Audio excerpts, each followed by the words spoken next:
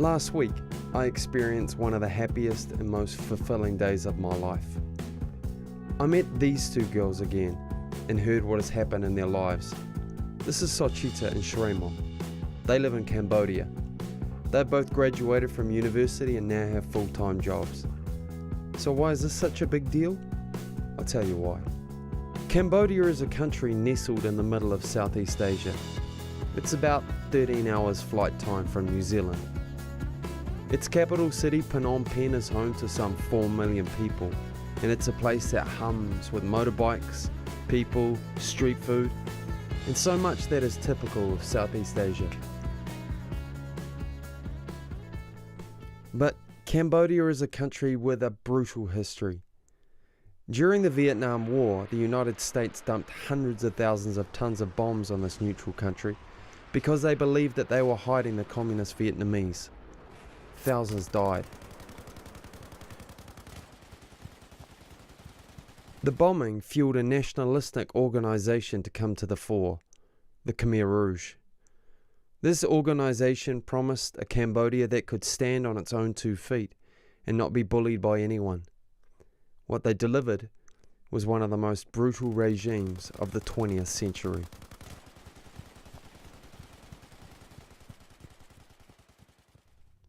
Meet Pol Pot, the self-elected leader of the Khmer Rouge. His army of young, drug-influenced soldiers turned on their own people. Pol Pot decided that anyone that had any connection to the Western world threatened the future of Cambodia. He began rounding up and killing any educated people, musicians, doctors, lawyers. He declared that Cambodia would be a country that survived off the land. When he came to power in 1975, Cambodia had 7 million inhabitants. When his regime was overthrown in January 1979, they'd lost an estimated 1.8 million people, murdered or starved. Pol Pot escaped into the jungle of southern Thailand, never to be seen again. What he left behind was a devastated country, completely on its knees. This is Tol Slung Prison, one of the places I've visited, a former secondary school that the Khmer Rouge used to interrogate, torture, and kill anyone that the organisation believed to be a threat. 12 to 15,000 people died here.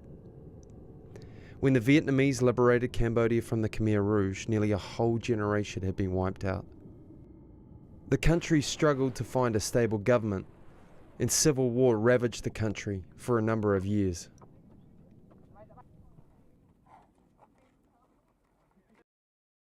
Flash forward to 2016. Cambodia is experiencing massive growth in its major cities, like the capital, Phnom Penh. Chinese investors are seizing on the opportunity to exploit this developing market and to make a quick buck. However, most of the country is still desperately poor, and many people lack access to clean water and an education. I first visited Cambodia in 2010 to teach guitar as part of a 10-day program to upskill a number of Cambodian youth. I met some incredible people.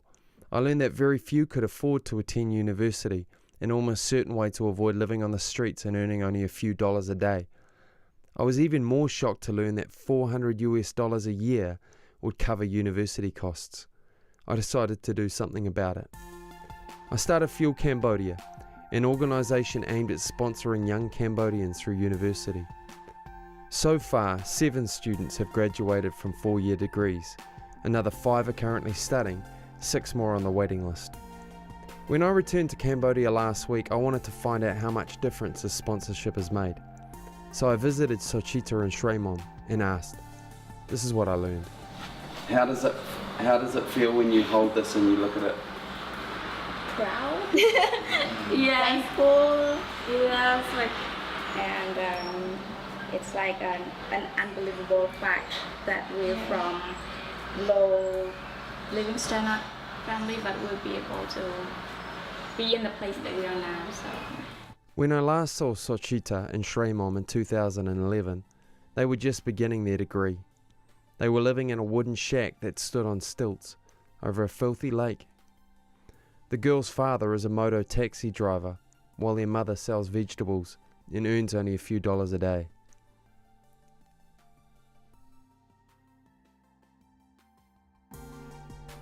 Five years later, and with 2 Fuel Cambodia degree scholarships, the girls have just bought a house for their whole family to live in.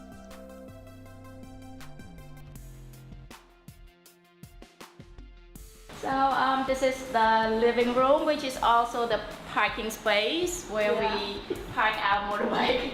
The girls were so stoked to show me around their house. It was like everything was special to them, and it made me feel like I take so much of what I have for granted. I was thinking maybe we're not just giving these girls an education. Maybe we're giving them the dignity that they deserve.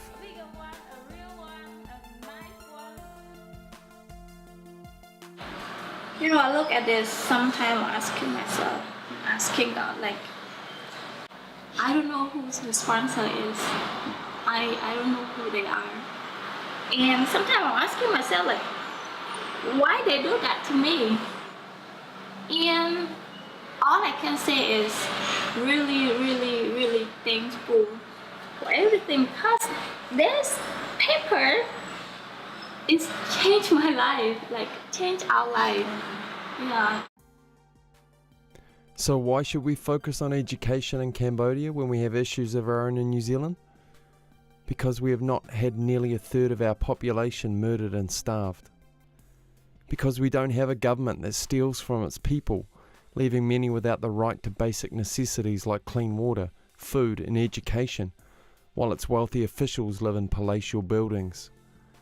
Because we have organisations who support the underprivileged, unlike Cambodians who have to survive on their own. Because we are rich enough to share the love and to help transform a country of young people, because we can. When you provide someone with an education, you give them power. Power to learn a skill, power to support a family, power to pass their education on to the less advantaged. This is a gift that genuinely keeps on giving. Sochita and Shremon are the proof that education can change lives in Cambodia.